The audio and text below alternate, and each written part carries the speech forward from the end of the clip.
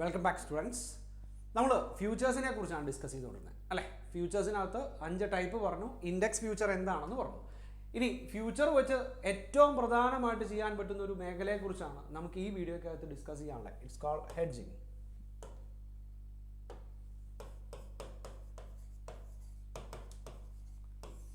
Hedging. So hedge എന്തെന്ന് പറയുന്ന process എന്താണെന്ന് ആദ്യമേ മനസ്സിലാക്കുക. എന്നിട്ട് ഹെഡ്ജിങ് എന്താണെന്ന് നോക്കാം. എന്നിട്ട് ഈ പറയുന്ന ഇൻഡെക്സ് ഫ്യൂച്ചേഴ്സ് വെച്ചിട്ട് എങ്ങനെയാണ് നമ്മൾ ഹെഡ്ജ് ചെയ്യാൻ പോകുന്നതെന്ന് നോക്കാം. അതായത് നമുക്ക് ഉണ്ടാവാൻ സാധ്യതയുള്ള ലോസിനെ മിനിമൈസ് ചെയ്യുന്ന പ്രോസസ്സിനെയാണ് നമ്മൾ ഹെഡ്ജിങ് എന്ന് പറയുന്നത്. വൺസ് അഗൈൻ നമ്മൾ ഒരു ക്യാഷ് മാർക്കറ്റിലോട്ട് ഇറക്കി, അല്ലെങ്കിൽ ഒരു മണി മാർക്കറ്റിലോട്ട് നമ്മൾ ഇറങ്ങി. നമ്മൾ ഈ പറയുന്ന പോലെ ഒരു സ്റ്റോക്ക് വാങ്ങിച്ചു. എന്നിട്ട് നമ്മളൊരു TFP കാൽക്കുലേറ്റ് ചെയ്തു. TFP കാൽക്കുലേറ്റ് ചെയ്ത് ലോങ് പൊസിഷനോ ഷോർട്ട് പൊസിഷനോ എടുത്തു. മനസ്സിലായി? പക്ഷേ കുറച്ച് കഴിഞ്ഞപ്പോൾ നമുക്ക് മനസ്സിലായി ഇത് ലോസ് ഉണ്ടാവാനുള്ള സാധ്യതയുണ്ട്, അല്ലെങ്കിൽ നമ്മൾ വിചാരിച്ചതുപോലുള്ള ഒരു മാർക്കറ്റ് ഫ്ലക്ച്വേഷൻ അല്ല. സോ ഇങ്ങനെ വരുന്ന സാഹചര്യത്തിൽ നമുക്ക് ഉണ്ടാവാൻ സാധ്യതയുള്ള ലോസിനെ നമ്മൾ ഇല്ലാതെയാക്കുന്ന പ്രോസസ്സിനെയാണ് ഹെഡ്ജിങ് എന്ന് പറയുന്നത്. ഇങ്ങനെയുള്ള ഒരു പ്രോസസ്സ്, ഹെഡ്ജ് എന്ന് പറയുന്ന പ്രോസസ്സ് ചെയ്യുന്നത് ഈ പറയുന്നത് പോലെ മാർക്കറ്റ് ഇൻഡെക്സ് വെച്ചിട്ടാണ്. ഞാനൊരു എക്സാമ്പിൾ പറഞ്ഞാൽ നിങ്ങൾക്ക് പെട്ടെന്ന് മനസ്സിലാവും. ഇപ്പോൾ ഒരു എക്സാമ്പിൾ പറയുവാണെങ്കിൽ S0 100 രൂപയായിരുന്നു spot price. AFP actual future price എന്ന് പറയുന്നത് ഒരു 125 രൂപയാണ്. നമ്മൾ TFP കാൽക്കുലേറ്റ് ചെയ്തു. TFP കാൽക്കുലേറ്റ് ചെയ്തപ്പം തിയററ്റിക്കൽ ഫ്യൂച്ചർ പ്രൈസ് കാൽക്കുലേറ്റ് ചെയ്തപ്പം 140 രൂപയായി. ഇപ്പോൾ സപ്പോസ് ഒരു 3 മാസത്തെയാണെന്ന് വിചാരിക്കുക. സോ നമ്മളിവിടെ ഏത് പൊസിഷൻ എടുക്കും? A ലിമിറ്റഡിൻ്റെ സ്റ്റോക്കാണ്. നോർമൽ കേസിനകത്ത് നിങ്ങൾ ആലോചിച്ച് നോക്കി, നമ്മളിവിടെ ഏത് പൊസിഷൻ എടുക്കും? അതായത് 125 രൂപയാണ് ആക്ച്വൽ ഫ്യൂച്ചർ പ്രൈസ്. പക്ഷേ നമ്മൾ അന്നത്തെ ദിവസത്തെക്കുറിച്ച്, അല്ലെങ്കിൽ അന്നത്തെ ദിവസത്തെ പ്രൈസ് കാൽക്കുലേറ്റ് ചെയ്യുന്ന നേരത്ത് 140 രൂപ ആയേക്കാം അല്ലേ. സോ നമ്മൾ തീർച്ചയായിട്ടും ഈ പറയുന്ന പോലെ ക്ലിയറിംഗ് ഹൗസിൻ്റെ നിന്ന് വാങ്ങിച്ചിട്ട് നമ്മൾ മാർക്കറ്റിൽ കൊടുക്കും. ദാറ്റ് മീൻസ് നമ്മളിവിടെ ഏത് പൊസിഷൻ എടുക്കും? ലോങ് പൊസിഷൻ എടുക്കും. ഫ്യൂച്ചറിൽ ബൈ ചെയ്യാൻ വേണ്ടിയിട്ടുള്ള ലോങ് പൊസിഷൻ എടുക്കും. ഇതിന് വേണ്ടിയിട്ട് നമ്മളൊരു 10,000 റുപ്പീസ് ഇൻവെസ്റ്റ് ചെയ്തിട്ടുണ്ടെന്ന് വിചാരിക്കുക. സപ്പോസ് ദാറ്റ് മീൻസ് ഒരു 10,000 റുപ്പീസിൻ്റെ അല്ലെങ്കിൽ 10,000 റുപ്പീസിൻ്റെ ഫ്യൂച്ചേഴ്സ് നമ്മൾ വാങ്ങിച്ചു വെച്ചിട്ടുണ്ട്. മനസ്സിലായി? ഇനിയിപ്പോൾ ഡേറ്റ് കൂടെ എഴുതുവാണെങ്കിൽ 1 ജാനുവരി 2020 1/1/2020 നമ്മൾ ഇങ്ങനെ ഒരു പ്രോസസ്സ് ചെയ്തത്. മനസ്സിലായല്ലോ? ഏറ്റവും പ്രധാനമായിട്ട് മനസ്സിലാക്കേണ്ടത്, നമ്മൾ കാൽക്കുലേറ്റ് ചെയ്ത TFP എന്ന് പറയുന്നത് 140 ആണ്. അതുകൊണ്ട് നമ്മൾ ലോങ് പൊസിഷൻ എടുത്തു. കാരണം AFP എത്രയാണ്? 125.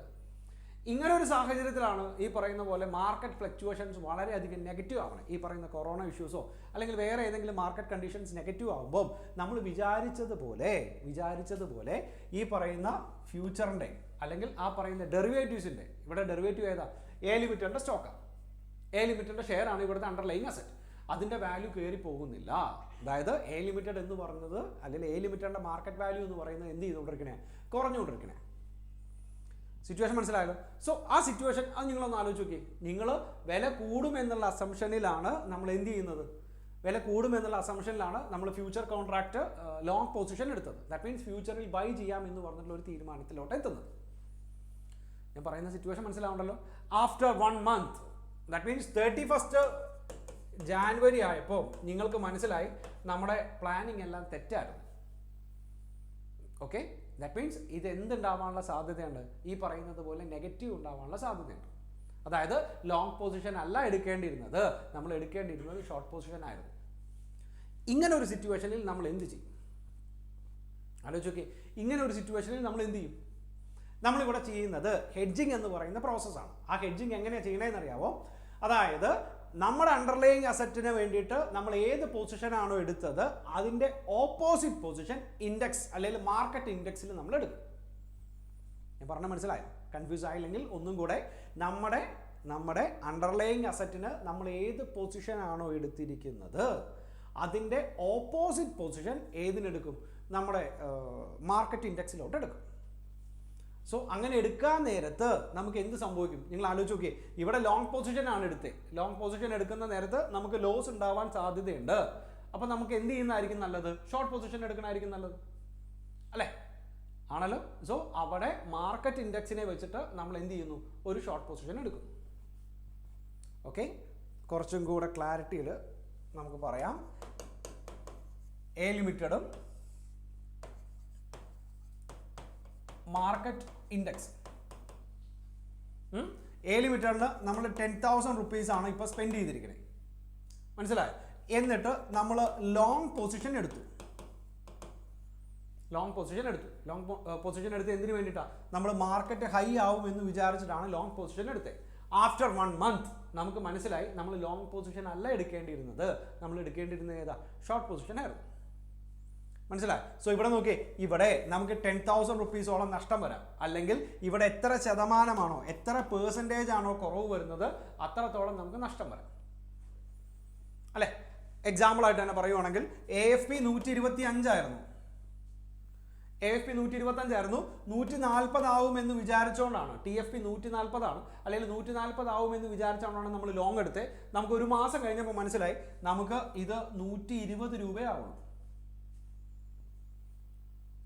ചെയ്യുന്ന പ്രോസസ്സ് മനസ്സിലാക്കിയാൽ പെട്ടെന്ന് തന്നെ നിങ്ങൾക്ക് മനസ്സിലാക്കാൻ പറ്റും. ജനുവരി 1-ാം തീയതി നമ്മൾ വിചാരിച്ചത് 140 രൂപയാണെന്നും അതുകൊണ്ട് നമ്മൾ ലോങ് പൊസിഷൻ എടുത്തു.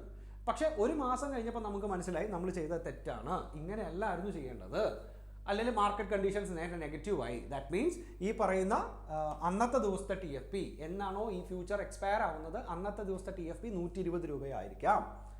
അപ്പം നമ്മൾ എടുക്കേണ്ടിരുന്നത് എന്താ? ഷോർട്ട് പൊസിഷനാണ്. ഇനി അത് ചെയ്യാൻ പറ്റില്ല, ഇനി അത് മാറ്റിയെടുക്കാനൊന്നും പറ്റില്ല. മനസ്സിലായി? കാരണം എന്താ? ജനുവരി 1-ാം തീയതി നമ്മൾ ലോങ് പൊസിഷൻ എടുത്തു, ഇനി അത് മാറ്റിയെടുക്കാൻ പറ്റുമോ? മാറ്റിയെടുക്കാൻ പറ്റില്ല. സോ ഇങ്ങനെ വരുന്ന സാഹചര്യത്തിൽ നമുക്ക് ഇവിടെ ഉണ്ടായ ലോസ് 5 രൂപയാണ് ലോസ്, അല്ലേ? ഈ ലോസിനെ നികത്താൻ വേണ്ടിയിട്ട്, അല്ലെങ്കിൽ ഈ ലോസിന് ഇക്വലൻ്റ് ആവുന്ന രീതിയിൽ നമുക്ക് മാർക്കറ്റ് ഇൻഡെക്സിനകത്ത് ഏത് പൊസിഷൻ എടുക്കാം? ഷോർട്ട് പൊസിഷൻ എടുക്കാം. മനസ്സിലായോ? എങ്ങനെയായിരുന്നു? ഈ ലോസിന് ഇക്വലൻ്റ് ആവുന്ന രീതിയിൽ ഇവിടെ പ്രോഫിറ്റ് വരണം. ഓക്കെ, അതായത് ഇവിടെ 5 രൂപയുടെ ലോസ് ആണെങ്കിൽ ഇവിടെ ഷോർട്ട് പൊസിഷൻ എടുക്കുന്നത് കൊണ്ട് നമുക്ക് 5 രൂപയുടെ എന്തുണ്ടായിരിക്കണം? ലാഭം ഉണ്ടായിരിക്കണം. മാർക്കറ്റ് കുറയുകയാണെങ്കിൽ തീർച്ചയായിട്ടും ഷോർട്ട് പൊസിഷൻ അല്ലേ ലാഭം? പറയുന്ന പ്രോസസ്സ് മനസ്സിലാവുണ്ടോ നിങ്ങൾക്ക്? ആദ്യം നമ്മൾ ഇത് കൂടുമെന്ന് വിചാരിച്ചു, അതുകൊണ്ട് ലോങ് എടുത്തു. കുറച്ച് കഴിഞ്ഞപ്പോൾ നമുക്ക് മനസ്സിലായി ഇത് കൂടില്ല, ഇത്രയും ശതമാനം കുറയുന്നു. അതുകൊണ്ട് ഇനി അത് കുറയ്ക്കാൻ പറ്റില്ല. അതിന് വേണ്ടിയിട്ട് ആ ലോസ് എത്രയാണോ വരാൻ സാധ്യത, അതിന് ഇക്വലൻ്റ് ആയിട്ടുള്ള പ്രോഫിറ്റ് വരാൻ ശ്രദ്ധിക്കേണ്ടത് അതാ. ഈ 5 രൂപ ഇവിടെ ലോസ് വന്നു. സോ അതിന് ഇക്വലൻ്റ് ആയിട്ടുള്ള പ്രോഫിറ്റ് ഇവിടെ വരാൻ പാകത്തിന് നമ്മൾ എന്തെടുക്കണം? മാർക്കറ്റ് ഇൻഡെക്സിനകത്ത് ഷോർട്ട് പൊസിഷൻ എടുക്കണം. മനസ്സിലായോ? ഇപ്പോൾ നേരത്തെ നമ്മൾ ഒരു പ്രോബ്ലം ചെയ്തതിനകത്ത് 1800 ആയിരുന്നു ഇൻഡെക്സ് പോയിന്റ്സ് ഒക്കെ, അല്ലേ? അപ്പം ഷോർട്ട് പൊസിഷൻ എടുത്താൽ ഫ്യൂച്ചറിൽ നമ്മൾ സെയിൽ ചെയ്യും. ഫ്യൂച്ചറിൽ സെയിൽ ചെയ്യണമെങ്കിൽ മാർക്കറ്റിൽ വില കുറയണം. മാർക്കറ്റിൽ വില കുറഞ്ഞാൽ നമ്മൾ ആ മാർക്കറ്റിൽ നിന്ന് ഈ സാധനം വാങ്ങിച്ചിട്ട് ആർക്ക് കൊടുക്കണം? നമ്മുടെ ക്ലിയറിംഗ് ഹൗസിന് കൊടുക്കണം. അപ്പോൾ നമുക്ക് എന്തുണ്ടാവണം? ലാഭം ഉണ്ടാവണം. ആ ലാഭം എത്രയായിരിക്കണം? 5 രൂപ നമുക്ക് ലാഭം ഉണ്ടാവണം. ദാറ്റ് മീൻസ് അണ്ടർ ഹെഡ്സ് പ്രോപ്പറായിട്ട് നിങ്ങൾ ഹെഡ്ജ് ചെയ്യുവാണെങ്കിൽ നമ്മുടെ ലോസ് എന്ന് പറയുന്നത് 0 ആയിരിക്കും. പ്രോസസ്സ് മനസ്സിലായാൽ തീർന്നിട്ടില്ല. ഇനി ഇതുമായിട്ട് ബന്ധപ്പെടുത്തി കുറേ കാര്യങ്ങൾ നമുക്ക് പറയാനുണ്ട്. നിങ്ങൾക്ക് ആ പ്രോസസ്സ് മനസ്സിലായാലേ എനിക്ക് 1 by 1 ആയിട്ട് പറയാൻ പറ്റുള്ളൂ. സോ വൺസ് അഗെയിൻ നമ്മളൊരു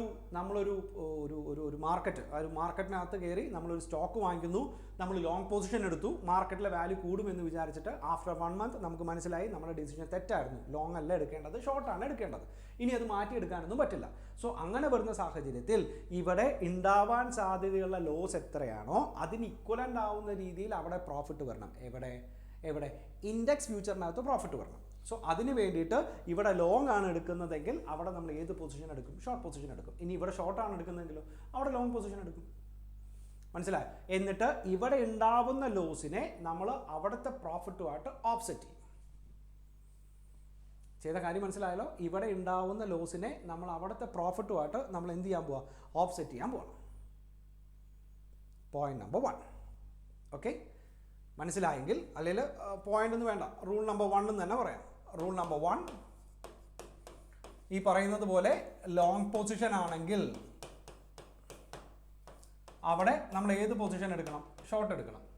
മനസ്സിലായി? അതായത് ക്യാഷ് മാർക്കറ്റിൽ അല്ലെങ്കിൽ നമ്മുടെ സെക്യൂരിറ്റീസ് അണ്ടർലൈയിങ് അസറ്റിന് ലോങ് പൊസിഷൻ ആണ് എടുക്കുന്നതെങ്കിൽ, അതായത് അണ്ടർലൈയിങ് അസറ്റിന് വേണ്ടി വാങ്ങിച്ചിരിക്കുന്ന ഫ്യൂച്ചർ കോൺട്രാക്റ്റിന് ലോങ് പൊസിഷൻ ആണ് എടുക്കുന്നതെങ്കിൽ മാർക്കറ്റിൽ നമ്മൾ ഏത് പൊസിഷൻ എടുക്കണം? അല്ലെങ്കിൽ ഇൻഡെക്സ് ഫ്യൂച്ചേഴ്സിനകത്ത് നമ്മൾ ഏത് പൊസിഷൻ എടുക്കണം?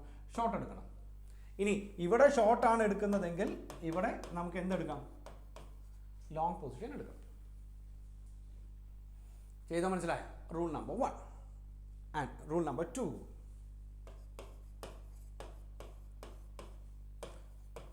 Number of contracts. അതായത് നമ്മൾ ഇൻഡെക്സ് ഫ്യൂച്ചേഴ്സ് എടുത്ത് തുടങ്ങിയ ഒരു സാഹചര്യത്തിൽ നമ്മൾ വളരെ പ്രധാനപ്പെട്ട ഒരു കാര്യം പറഞ്ഞായിരുന്നു. എന്താ? ഇൻഡെക്സിൻ്റെ മുകളിലല്ല നമ്മൾ ചാർജ് ചെയ്യണേ. അല്ലെങ്കിൽ ഇപ്പോൾ ബാക്കിയുള്ള ഇൻഡിവിജ്വൽ സെക്യൂരിറ്റീസ് വാങ്ങിക്കാൻ പോകുന്നത് പോലെ ഇൻഡിവിജ്വൽ സെക്യൂരിറ്റീസ് അല്ല നമുക്ക് അവിടെ ഏൺ ചെയ്യാൻ പറ്റണേ. നമുക്ക് അവിടെ വാങ്ങിക്കാൻ പറ്റുന്നത് എന്താ? കോൺട്രാക്റ്റ് ആണ് അല്ലേ?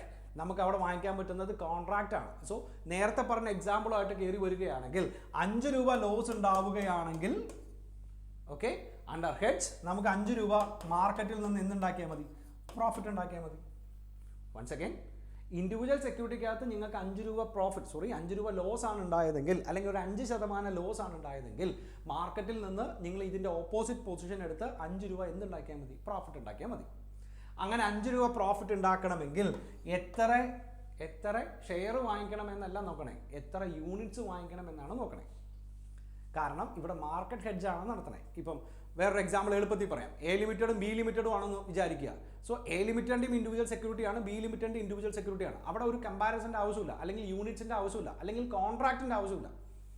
ഇവിടെ 1000 രൂപയ്ക്കാണ് ഷെയർ വാങ്ങിച്ചതെങ്കിൽ അവിടെ 1000 രൂപയ്ക്ക് ഷെയർ വിറ്റാൽ മതി. അതായത് ഇവിടെ 1000 രൂപയ്ക്കാണ് ലോങ് പൊസിഷൻ എടുത്തതെങ്കിൽ ഇവിടെ 1000 രൂപയ്ക്ക് എന്തെടുത്താൽ മതി? ഷോർട്ട് പൊസിഷൻ എടുത്താൽ മതി.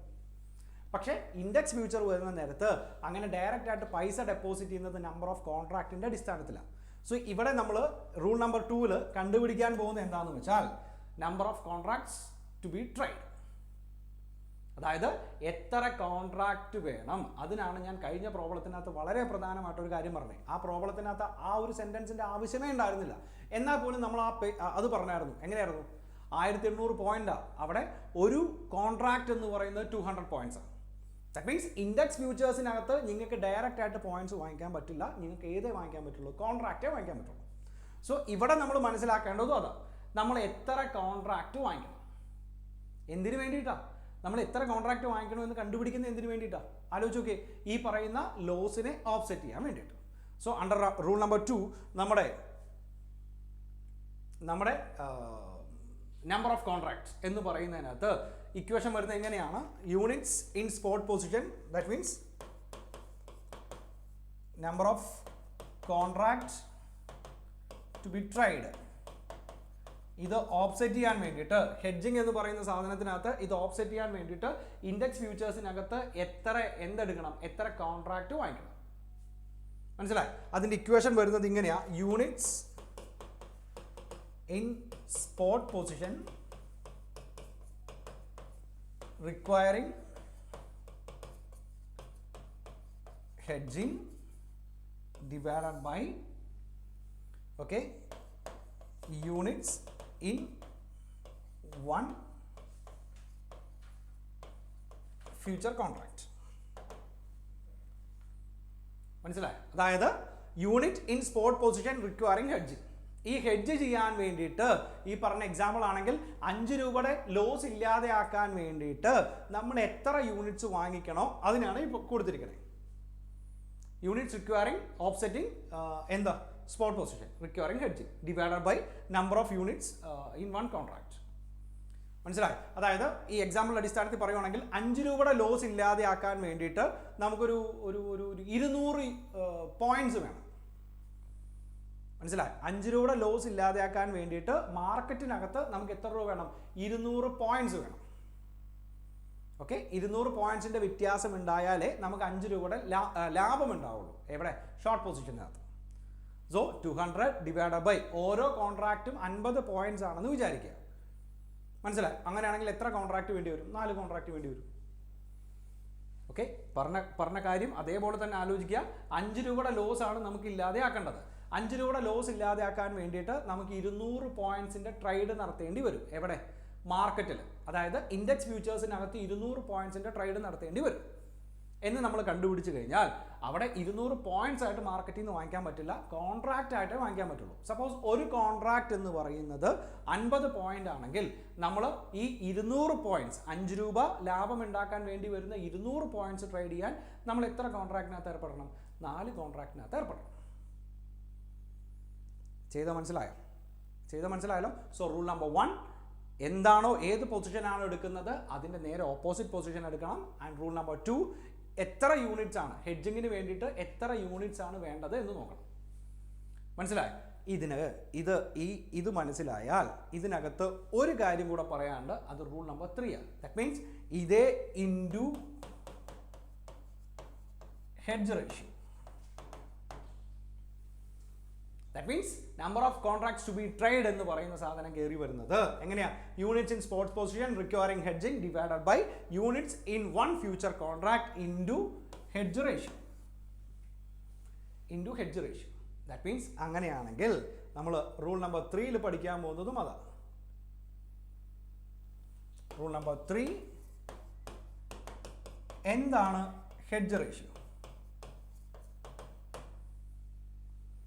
നിങ്ങൾക്ക് മനസ്സിലാവുന്ന രീതിയിൽ വളരെ പെട്ടെന്നൊരു കാര്യം പറയാം. It's also called beta. Sigma S divide by sigma F into correlation coefficient S F. മനസ്സിലായി? അവിടെ ഹെഡ്ജ് റേഷ്യോ എങ്ങനെയാണ് കയറി വന്നതെന്ന് വെച്ചാൽ, ഞാൻ പറയുന്ന രീതിയിൽ നിങ്ങൾ ആലോചിച്ചാൽ നിങ്ങൾക്ക് പെട്ടെന്ന് മനസ്സിലാവും. ഹെഡ്ജ് എന്ന് വെച്ചാൽ എന്താ, അല്ലെങ്കിൽ ബീറ്റ എന്ന് വെച്ചാൽ എന്താ? മാർക്കറ്റിനകത്ത് ഉണ്ടാവുന്ന റിസ്ക് നമ്മുടെ ഇൻഡിവിജ്വൽ സെക്യൂരിറ്റീനെ എങ്ങനെയാണോ ബാധിക്കുന്നത് അതിനെയാണ് നമ്മൾ ബീറ്റ എന്ന് പറയുന്നത്. ആണല്ലോ? എങ്ങനെയായിരുന്നു? മാർക്കറ്റിൽ ഉണ്ടാവുന്ന റിസ്ക് നമ്മുടെ ഇൻഡിവിജ്വൽ സെക്യൂരിറ്റി റിസ്കിനെ എങ്ങനെയാണോ ബാധിക്കുന്നത്, അല്ലെങ്കിൽ മാർക്കറ്റ് റിസ്ക്കും ഇൻഡിവിജ്വൽ സെക്യൂരിറ്റീസും തമ്മിലുള്ള റിസ്കിന്റെ കോറിലേഷനെയാണ് നമ്മൾ ബീറ്റ എന്ന് പറയുന്നത്. ആണോ? ബീറ്റ 1 എന്ന് വെച്ചാൽ എന്താ? ബീറ്റ 1 മീൻസ് മാർക്കറ്റിൽ 10% വ്യത്യാസം ഉണ്ടായി, ഇൻഡിവിജ്വൽ സെക്യൂരിറ്റിക്കകത്തും എത്ര ശതമാനം റിസ്ക് ഉണ്ടാവും? 10% റിസ്ക് ഉണ്ടാവും. ഒരിക്കൽ കൂടെ, ബീറ്റ ഈക്വൽ ടു 1 എന്ന് പറഞ്ഞാൽ മാർക്കറ്റിൽ 10% ഡിഫറൻസ് ഉണ്ടായി. ആ 10% ഡിഫറൻസ് നമ്മുടെ ഇൻഡിവിജ്വൽ സെക്യൂരിറ്റിക്ക് വരും. അതായത് മാർക്കറ്റിന്റെ റിസ്കിന് ഈക്വലന്റ് ആയിരിക്കും നമ്മുടെ ഇൻഡിവിജ്വൽ സെക്യൂരിറ്റീസിന്റെ റിസ്ക്. അവിടെ 10 കൂടിയാൽ ഇവിടെയും 10 കൂടും, അല്ലെങ്കിൽ അവിടെ 10ന്റെ ഡിഫറൻസ് വന്നാൽ ഇവിടെയും 10ന്റെ ഡിഫറൻസ് വരും. ഇനി ബീറ്റ ലെസ് ദാൻ 1 ആണെങ്കിലും മാർക്കറ്റിൽ ഉണ്ടാവുന്നതിനേക്കാൾ കുറവായിരിക്കും നമ്മുടെ ഇൻഡിവിജ്വൽ സെക്യൂരിറ്റിക്കകത്ത് ഉണ്ടാവുന്ന വ്യത്യാസം. മനസ്സിലായി? ബീറ്റ ലെസ് ദാൻ 1 ആണെങ്കിൽ മാർക്കറ്റിൽ 10% കൂടിയാൽ ഇവിടെ 10% കൂടില്ല, അല്ലെങ്കിൽ ഇവിടെ 10%ന്റെ വ്യത്യാസം വരില്ല, ഇവിടെ 10നേക്കാൾ കുറവായിരിക്കും. ബീറ്റ ഗ്രേറ്റർ ദാൻ 1 ആണെങ്കിലും മാർക്കറ്റിൽ ഉണ്ടാവുന്ന വ്യത്യാസം, അല്ലെങ്കിൽ മാർക്കറ്റിൽ ഉണ്ടാവുന്നതിനേക്കാൾ കൂടുതൽ വ്യത്യാസം നമുക്ക് ഏതിനകത്ത് വരും? നമ്മുടെ ഇൻഡിവിജ്വൽ സെക്യൂരിറ്റിക്കകത്ത് വരും. സോ ആ ബീറ്റയുടെ എഫക്റ്റ് നമ്മുടെ ഏതിനകത്ത് കൊണ്ടുവരണം? ഈ പറയുന്ന number of future contract to be trade എന്ന് പറയുന്നതിനകത്ത് കൊണ്ടുവരണം. അത് എന്തിനാണെന്ന് മനസ്സിലായല്ലോ? അതായത് എത്രയാണോ നമുക്ക് ഉണ്ടാവാൻ സാധ്യതയുള്ള ലോസ്, അതിന് ഇക്വലന്റ് ആയിട്ടുള്ള പ്രോഫിറ്റ് ഉണ്ടാക്കിയാൽ മതി, അല്ലെ?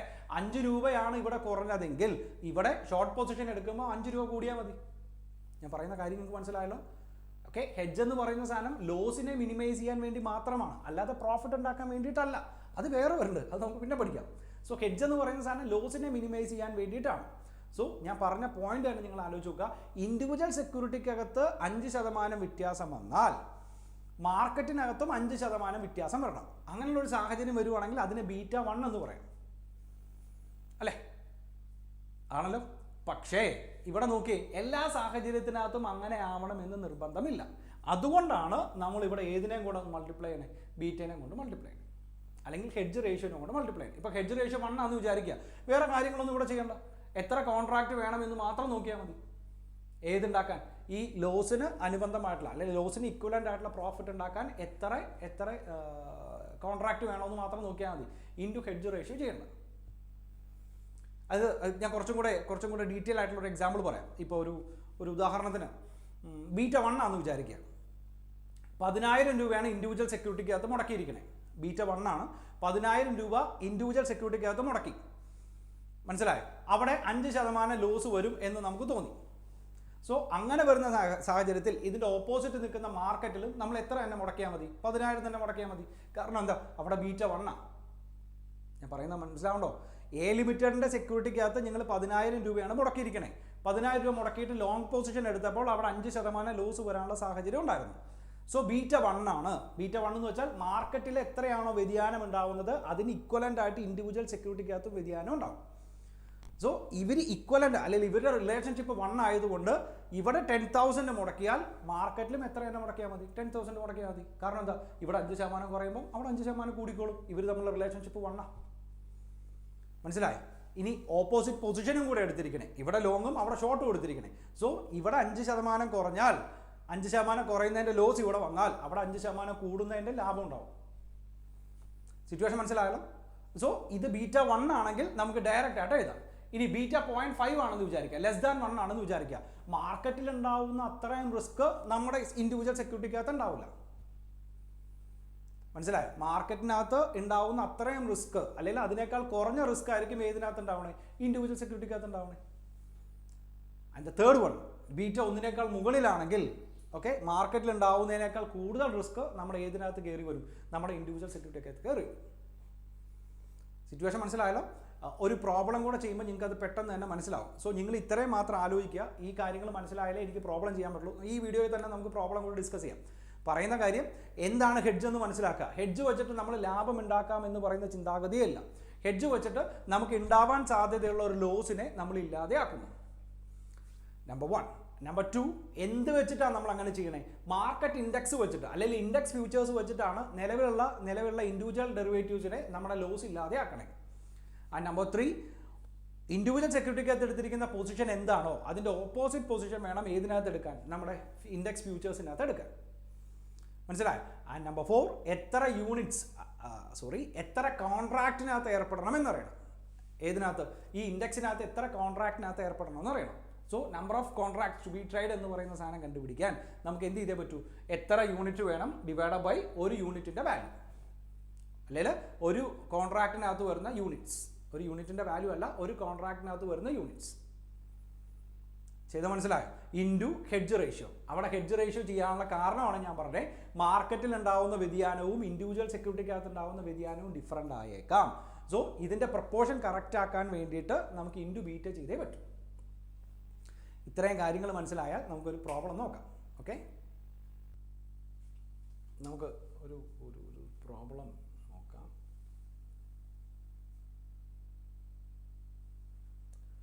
Okay, considering the following data relating to KM stock. KM has a beta of 0.7 with Nifty. So ഒന്നിനേക്കാൾ താഴെയാണ്. 0.7 എന്ന് വെച്ചാൽ മാർക്കറ്റിൽ 1% വ്യത്യാസം വന്നാൽ നമ്മുടെ ഈ KM സ്റ്റോക്ക് എന്ന് പറയുന്നത് എത്രയേ വരുള്ളൂ? 0.7 വരുള്ളൂ. ആ ബീറ്റയുടെ മീനിങ് മനസ്സിലായാലും നിങ്ങൾക്ക്? ബീറ്റ 0.7 ആണ്. ദാറ്റ് മീൻസ് മാർക്കറ്റിൽ 1% ഡിഫറൻസ് വന്നാൽ നമ്മുടെ KM സ്റ്റോക്കിന് എത്ര മാത്രമേ വരുള്ളൂ? 0.7 വരുള്ളൂ. Each Nifty contract is equal to 200 units. ഓരോ നിഫ്റ്റി കോൺട്രാക്റ്റും 200 യൂണിറ്റ് വെച്ചിട്ടാണ്. KM now costs ₹150. Spot price 150 ആണ്. And the Nifty future, Nifty എത്ര? 1400. സോ രണ്ടിൻ്റെ സ്പോട്ട് വാല്യൂസ് തന്നിട്ടുണ്ട്. KMൻ്റെ 150ഉം മറ്റേതിന് 1400. ഇൻഡെക്സ് ഫ്യൂച്ചറിനകത്ത് 1400 ആണ് പറഞ്ഞത്. You are long with 1200 shares of KM in the spot market. You are long means നമ്മളിപ്പോൾ 1200 ഷെയർ വാങ്ങിച്ചിട്ടുണ്ട്, അല്ലെങ്കിൽ 1200 ഷെയറിൻ്റെ ഫ്യൂച്ചർ കോൺട്രാക്റ്റിൽ നമ്മൾ ഏർപ്പെട്ടിട്ടുണ്ട് അല്ലേ? ഇപ്പോൾ എത്രയാണ് വാല്യൂ? 150 രൂപയാണ്. ലോങ് എന്ന് വെച്ചാൽ എന്താ? നമ്മൾ ഭാവിയിൽ വില കൂടുമെന്ന് വിചാരിച്ചിട്ടാണ് നമ്മൾ എത്ര ഷെയർ വാങ്ങിക്കണേ? 1200 ഷെയർ വാങ്ങിക്കണേ. ഇപ്പോൾ 150 ആണ്. ലോങ് എന്ന് വെച്ചാൽ ഫ്യൂച്ചറിൽ ബൈ ചെയ്യാം എന്നല്ലേ? സോ മാർക്കറ്റ് എന്താവണം? ഹൈ ആവണം. മാർക്കറ്റ് ഹൈ ആയാലേ ഈ പറയുന്ന ഏജന്റിന് അല്ലെങ്കിൽ ക്ലിയറിംഗ് ഹൗസിൻ്റെ നമുക്ക് ഈ സാധനം കുറഞ്ഞ വിലയ്ക്ക് വാങ്ങിക്കാൻ പറ്റുള്ളൂ.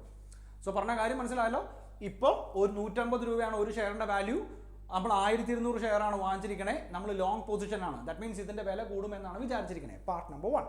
മാർക്കറ്റിലോട്ട് കിടക്കുവാണെങ്കിലോ ഇപ്പം 1400 ആണ് ഇൻഡെക്സ് പോയിന്റ്സ്. 1400 ആണ് ഇൻഡെക്സ് പോയിന്റ്സ്. ഓരോ ഫ്യൂച്ചർ കോൺട്രാക്റ്റും എന്ന് പറയുന്നത് എത്ര പോയിന്റ്സാണ്? 200 പോയിന്റ്സ് വെച്ചിട്ടാണ് ഓരോ ഫ്യൂച്ചർ കോൺട്രാക്ട്. ഇനി how many future contract we have to take? എത്ര ഫ്യൂച്ചർ കോൺട്രാക്ട് വേണം എന്നാണ് question number 1. Number 2, suppose the price in the spot market drops by 10%. How are you protected? Price in spot market 10% കുറഞ്ഞു. മൂന്നാമത്തെ അവിടെ നിൽക്കട്ടെ, നമുക്ക് രണ്ടെണ്ണം മാത്രം ഡിസ്കസ് ചെയ്യാം. മൂന്നാമത്തെ ഇതിൻ്റെ ഓപ്പോസിറ്റ് പൊസിഷനാണ്, നമുക്ക് നോക്കാം. That means suppose the price in spot market drops by 10%. ഇപ്പം എത്ര രൂപയാണ്? 150 രൂപയാണ്. അത് 10% കുറയും. കുറഞ്ഞാൽ നമുക്ക് നഷ്ടമല്ലേ? നമ്മൾ ലോങ് പൊസിഷൻ എടുക്കണേ. ലോങ് പൊസിഷൻ എന്ന് വെച്ചാൽ എന്താ? ഇതിൻ്റെ വാല്യൂ കൂടുമെന്നുള്ള അർത്ഥത്തിൽ നമ്മൾ ലോങ് പൊസിഷനാണ് എടുത്തിരിക്കണേ. പക്ഷെ വില കുറഞ്ഞു. എത്ര ശതമാനം? 10%. 15 രൂപ കുറഞ്ഞു. സോ ഇങ്ങനെ 15 രൂപ കുറഞ്ഞാൽ നമ്മൾ മാർക്കറ്റിൻ്റെ ഇൻഡെക്സ് പോയിന്റ്സ് വെച്ചിട്ട് നമ്മൾ എന്ത് ചെയ്യാൻ പോവാ? ഹെഡ്ജ് ചെയ്യാൻ പോവാ. Okay, so first of all നമ്മൾ നോക്കുന്നത് എന്താണെന്നറിയാവോ? എന്താ question? How many future contract will have to take? എത്ര ഫ്യൂച്ചർ കോൺട്രാക്ട് വേണം എന്ന് നമുക്ക് നോക്കണം. മനസ്സിലായോ? എത്രയാ? ഇവിടെ നോക്കി 1200 ഷെയർ ആണ് നമുക്ക് പറഞ്ഞിരിക്കണേ. ആണോ? നമ്മൾ number of future contract to be trade എന്താ നമ്മൾ പറഞ്ഞേ? എത്രയാണോ requiring divided by units in one future contract into hedge ratio. That means ആദ്യത്തെ നമുക്ക് എന്ത് വരും? 1200 divided by 200 into 0.7. 1200 divided by 200 into 0.7 എത്ര വരും? 4.2 കോൺട്രാക്റ്റിൽ നമ്മൾ ഏർപ്പെടണം. ചെയ്താൽ മനസ്സിലായല്ലോ? ആദ്യം എത്ര എണ്ണം വേണം എന്ന് നോക്കണം. എത്രയാ നോക്കി, എത്ര യൂണിറ്റ്സാ നമ്മൾ ഇൻഡെക്സിലോട്ട് ഏർപ്പെടാൻ പോകുന്നത്? എത്ര ഷെയറിനാ? 1200 ഷെയറിനാ അല്ലെ? ഓരോ കോൺട്രാക്റ്റിനകത്തും എത്ര പോയിന്റ്സ് ആണെന്ന് പറഞ്ഞിട്ടുണ്ട്, എത്ര യൂണിറ്റ്സ് ആണെന്ന് പറഞ്ഞിട്ടുണ്ട്? 200 യൂണിറ്റ്സ് ആണെന്ന് പറഞ്ഞിട്ടുണ്ട്. സോ 1200 ഷെയറിന് ഓരോന്നിനും 200 വെച്ച് വന്നതുകൊണ്ട് നമുക്ക് 1200 ഡിവൈഡ് ബൈ 200 6 വരും. ബീറ്റ 1 ആണെങ്കിൽ നമുക്ക് 6 കോൺട്രാക്റ്റിനകത്ത് ഏർപ്പെട്ടാൽ മതി. പക്ഷേ ഇവിടെ ബീറ്റ 7 എന്ന് വെച്ചാൽ അതിൻ്റെ അർത്ഥം എന്താ? മാർക്കറ്റിൽ ഉണ്ടാവുന്നതിനേക്കാൾ വ്യതിയാനം, ഡിഫറൻസ്, റിസ്ക് കുറവായിരിക്കും എവിടെ? നമ്മുടെ KM സ്റ്റോക്കിനകത്ത്.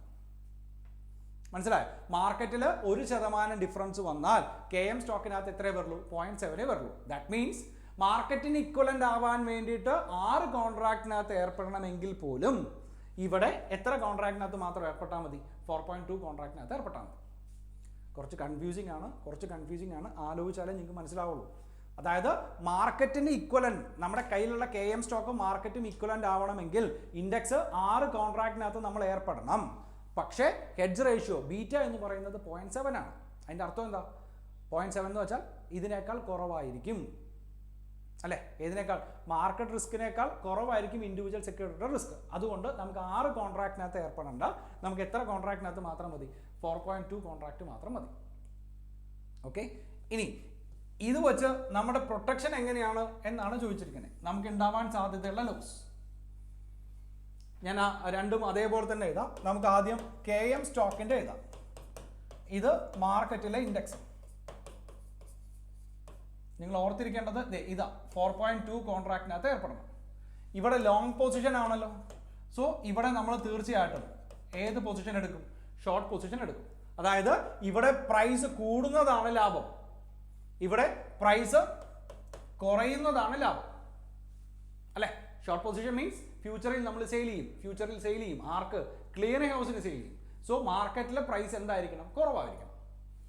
അങ്ങനെ മാർക്കറ്റിലെ പ്രൈസ് കുറയും എന്നുള്ള വിചാരത്തിലാണ്, അല്ലെങ്കിൽ കൂടുമെന്നുള്ള വിചാരത്തിൽ 150 രൂപ സ്പോട്ട് പ്രൈസ് ഉണ്ടായിരുന്ന സാധനം അല്ലെ? KM സ്റ്റോക്കിന് ഇപ്പോൾ 150. നമ്മൾ ലോങ് പൊസിഷൻ എടുത്താൽ ലാഭം ഉണ്ടാവണമെങ്കിൽ ഇതിന്റെ വാല്യൂ കൂടണം. പക്ഷേ നോക്കി 10% ഡിക്രീസ് ആയി എന്നാണ് പറഞ്ഞിരിക്കുന്നത്. 10% ഡിക്രീസ് ആയി. 10% ഡിക്രീസ് ആയാൽ 15 രൂപ വെച്ച് കുറയും. അതായത് മാർക്കറ്റിൽ 135 രൂപയാവും അതിന്റെ വാല്യൂ. ആണോ? ലോങ് പൊസിഷൻ എടുത്താൽ നമ്മൾ ഇങ്ങേരുടെ നിന്ന് വാങ്ങിക്കണം, ക്ലിയറിംഗ് ഹൗസിന്റെ നിന്ന് ബൈ ചെയ്യണം. എത്ര രൂപയ്ക്ക്? സപ്പോസ് 150 രൂപയാണെങ്കിൽ 150 രൂപയ്ക്ക് നമുക്കത് ബൈ ചെയ്യേണ്ടി വരും. അതായത് നിലവിലുള്ള വാല്യൂ തമ്മിൽ 15 രൂപയുടെ ഡിഫറൻസ് വരും. 15 രൂപയുടെ ഡിഫറൻസ് വരും. സോ നമുക്ക് ടോട്ടൽ എത്ര രൂപയുടെ ലോസ് വരും എന്ന് ആലോചിച്ച് നോക്കി. 1200 ഷെയർ ആണ് നമ്മൾ വാങ്ങിക്കാൻ പോണേ. ഇൻറ്റു 15 നമുക്ക് 18,000 റുപ്പീസിന്റെ ലോസ് വരും. മനസ്സിലായോ? 150 ആണ്. നമ്മൾ കൂടുമെന്നുള്ള വിചാരത്തിലാണ് നമ്മൾ ചെയ്യണേ. പക്ഷേ 150 എന്നുള്ളത് എത്രയായി കുറഞ്ഞു? 135 ആയിട്ട് കുറഞ്ഞു. സോ ഓരോ ഷെയറിനും 15 രൂപ വെച്ച് നമുക്ക് നഷ്ടം വരും. നിലവിലെ റേറ്റ് നോക്കുമ്പോൾ മനസ്സിലായോ? ഫ്യൂച്ചറിന്റെ അടിസ്ഥാനത്തിലല്ല നോക്കണേ. നിലവിലെ റേറ്റ് നോക്കുമ്പോൾ നമുക്ക് ഓരോന്നിനും എത്ര വെച്ച് കുറവ് വരും? 15 രൂപ വെച്ച് കുറവ് വരും. അങ്ങനെ 1200 ഷെയറിന് നമുക്ക് എത്ര രൂപ വരും? 18,000 രൂപ ലോസ് വരും. മനസ്സിലായോ? ഇനി തൊട്ടപ്പുറേ നമ്മൾ ചെയ്യാൻ പോകുന്നത് ഷോർട്ട് പൊസിഷനാണ്. നമ്മൾ സെയിൽ ചെയ്യാൻ പോവുക. സോ ഇവിടെ നോക്കിയേ, ഇവിടെ 15 രൂപയുടെ കുറവ് വരികയാണെങ്കിൽ, എവിടെ?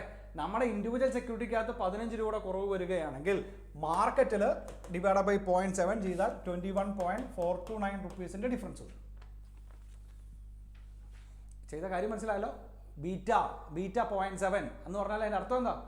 മാർക്കറ്റിൽ ഉണ്ടാവുന്നതിൻ്റെ 0.7 മാത്രമേ ആർക്ക് വരുന്നുള്ളൂ? ഇൻഡിവിജ്വൽ സെക്യൂരിറ്റിക്ക് വരുന്നുള്ളൂ. സോ മാർക്കറ്റിൽ 15 മനസ്സിലായല്ലോ? ഇൻഡിവിജ്വൽ സെക്യൂരിറ്റിക്ക് 15 ബീറ്റ 1 കുറവാണ്. അതിൻ്റെ അർത്ഥം മാർക്കറ്റിനേക്കാൾ കുറവ് ഡിഫറൻസ് ആയിരിക്കും നമുക്ക്. സോ ഇവിടെ 15ന്റെ ലോസ് വരികയാണെങ്കിൽ മാർക്കറ്റിൽ എത്ര രൂപയുടെ ഡിഫറൻസ് വരും? 21.429 ഡിഫറൻസ് വരും. മനസ്സിലായോ? അതായത് 1400 നിലവിലെ വാല്യൂ പറഞ്ഞിരിക്കണേ. അത് ഈ പറയുന്നത് പോലെ 21.429 കുറവ് വരും. ദാറ്റ് മീൻസ് 1378.571 ആവും. ചെയ്ത കാര്യം മനസ്സിലായി കാണുമെന്ന് വിചാരിക്കുന്നു. ഇവിടെ ഷോർട്ട് പൊസിഷനും കൂടെ ആണ് എന്ന് ആലോചിക്കണം അല്ലേ? ഷോർട്ട് പൊസിഷൻ ആണെങ്കിൽ നമുക്ക് ഇത്രയും രൂപയുടെ എന്ത് വരും? ലാഭം ഉണ്ടാവും. ഞാൻ ചുമ്മാ ആ വാല്യൂ എഴുതിയെന്ന് മാത്രം. ചെയ്ത കാര്യം മനസ്സിലായല്ലോ? ഓക്കെ. ഇവിടെ ലോങ് പൊസിഷനകത്ത് 15 രൂപയുടെ നഷ്ടം വരികയാണെങ്കിൽ ഇവിടെ ഷോർട്ട് പൊസിഷനകത്ത് 21.429 യൂണിറ്റിന്റെ ലാഭം ഉണ്ടാവും. നിങ്ങൾക്ക് കൺഫ്യൂസ് ആകുമോ എന്ന് പേടിച്ചിട്ടാണ് ഞാൻ വീണ്ടും പറയണേ. കാരണം ഇത് നോക്കി, ഇത് ലോങ് പൊസിഷനാണ്, വില കൂടുമെന്ന് വിചാരിച്ചിട്ടാണ് നമ്മൾ വാങ്ങിച്ചത്. ഇവിടെ വില കുറഞ്ഞു, 15 രൂപ കുറഞ്ഞു. ഇവിടെ 15 രൂപ കുറഞ്ഞാൽ ഇവിടെ എത്ര രൂപയുടെ ഡിഫറൻസ് വരും? ഇവിടെ എത്ര രൂപ ഡിഫറൻസ് വരും? 0.7.